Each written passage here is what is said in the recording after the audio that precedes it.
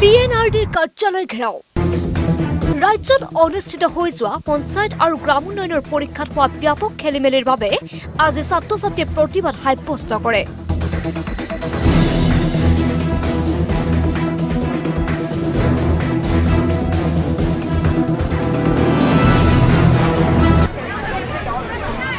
দেওবাৰে ব্যাপক খেলিমেলিৰ মাজেৰে অনুষ্ঠিত হৈছিল পঞ্চায়ত আৰু গ্ৰাম উন্নয়ন বিভাগৰ নিযুক্তিৰ বাবে পৰীক্ষা। খেলিমেলি হোৱাৰ বাবেই পৰীক্ষা পুনৰ অনুষ্ঠিত কৰাৰ দাবী উঠিছিল সৰ্বত্ৰে। কিন্তু পৰীক্ষা পুনৰ অনুষ্ঠিত নকৰাৰ কথা স্পষ্ট কৰি দিছিল মন্ত্ৰী নৱ কুমাৰ দলে।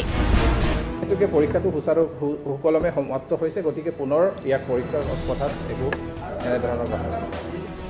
মন্ত্ৰীগৰাকীৰ এই মন্তব্যৰ পিছতেই ক্ষোভৰ উদগিৰণ হৈছে পৰীক্ষাৰ্থীসকলৰ মাজত।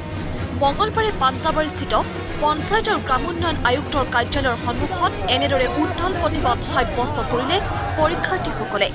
আচলতে নৱদলে আৰু ইয়াৰ অফিচাৰবিলাক, তেওঁৰ বিভাগৰ অফিচাৰবিলাক আৰু যিটো ব্লু ইলেক্ট্ৰনিক প্ৰাইভেট লিমিটেড যিটো কোম্পানী আছে, এই কোম্পানীটো আৰু এই অফিচাৰবিলাকৰ মাজত এটা সাংঘাতিক ৰিলেশ্যন আছে, এটা নেক্সাছ আছে। একদম আমাৰতো সন্দেহ হয় টোটেল ইয়াত টকাৰ লেনদেন হৈছে, টকা খাই আচলতে তেওঁলোকে এই ধৰণৰ কামবিলাক কৰি আছে।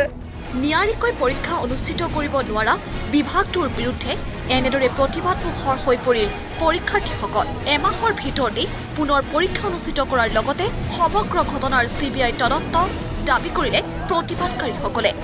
আৰু কালি যিটো পৰীক্ষাক লৈ যিটো ঘটনা হ'ল যে এই সাংঘাতিকভাৱে যি ধৰণৰ দুৰ্নীতি চলি আছে, অসম চৰকাৰ জিৰ' টলাৰেঞ্চ এগেইনষ্ট কৰাপশ্যন বুলি কৈছে। যদি সঁচাকৈ জিৰ' টলাৰেঞ্চ এগেইনষ্ট কৰাপশ্যন, তেন্তে এই পৰীক্ষা পুনৰ অনুষ্ঠিত কৰক। চবে আমি এনেকৈ এক্সাম দিলে নেক্সট যিজন বিষয়া নিযুক্তি হ'ব তেওঁতো এনেকৈ দুৰ্নীতি পৰায়ণে হ'ব।